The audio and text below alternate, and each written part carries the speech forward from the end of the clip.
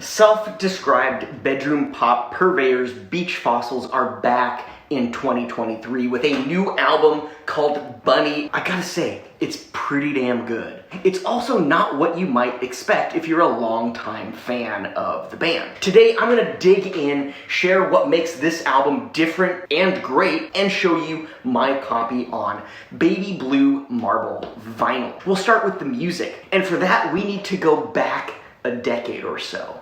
Hailed as one of the more notable and influential New York City indie bands of the 2010s, Beach Fossils debuted in 2010 with their self-titled LP and quickly followed a year later with an EP called What a Pleasure. These early releases married the bedroom pop they hold claim to with jangly, angular, near post-punk sounds filtered through a sunny summer dream pop haze. Pair that with the hyped up catchiness of Carefree Youth, and that kind of trifecta was complete. Among my favorites is their sophomore LP, Clash the Truth, from 2013. They reached new pinnacles with the title track, Clash the Truth, and the breathtaking Sleep Apnea, no pun intended. Tracks like Shallow, In Vertigo, Ascension, these were all really great. Somersault dropped in 2017, which was followed by the bod session-style Other Side of Life piano ballads in 2021. That one saw the band remaking many of fan favorites with mellow ballads accompanied by piano and the occasional saxophone. I mean, it was damn near lounge music. Both those albums, the piano songs and Somersault, saw the band maturing significantly, which brings me to this year's album, Bunny. Pitchfork has a great pull quote that sums up Bunny quite nicely. Quote, Beach Fossils' latest album distills the best of their daydreamy indie pop with new wisdom and existential angst, but they're just still as laid back as you remember. End quote.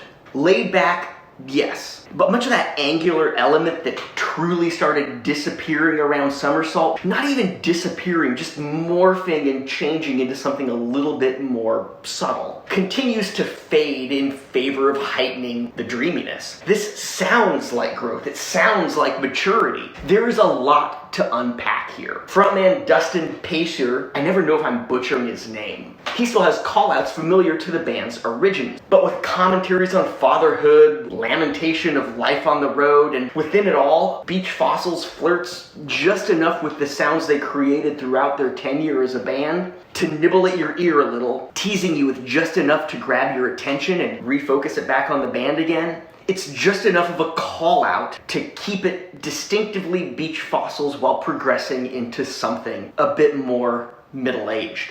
This is what growing up sounds like. The juxtaposition between the upbeat, youthful pop of the band's early years, washed over with thematically nostalgic yet familiar notes for those like myself, now very cemented in middle age in my early 40s. There are a lot of great tracks here, from the opening pair, Sleeping on My Own and Running to the Moon, to the single, Don't Fade Away. We get a few styles right off the bat. The first track establishes a full-on hazy melody, and those angular, jangly, staccato guitars are front and center, but not overplayed or overemphasized like they were in the band's early days. Then the throwbacks to the youthful party days surfaces in Sleeping on My Own. The cool swagger is carefree, yet the maturity is still fully evident. We get into songs like Don't Fade Away and Seconds, where Beach Fossils gives us a sound that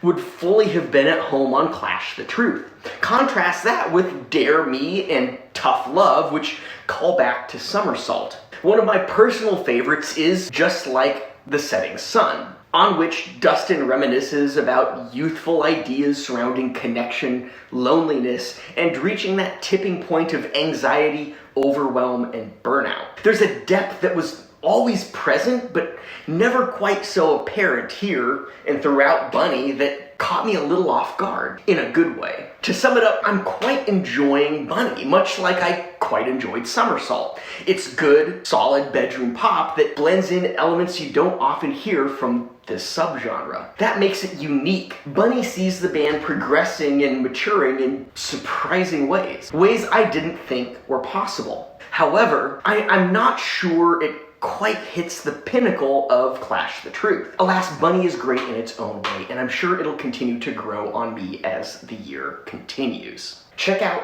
Clash the Truth right here, and I will see you next time.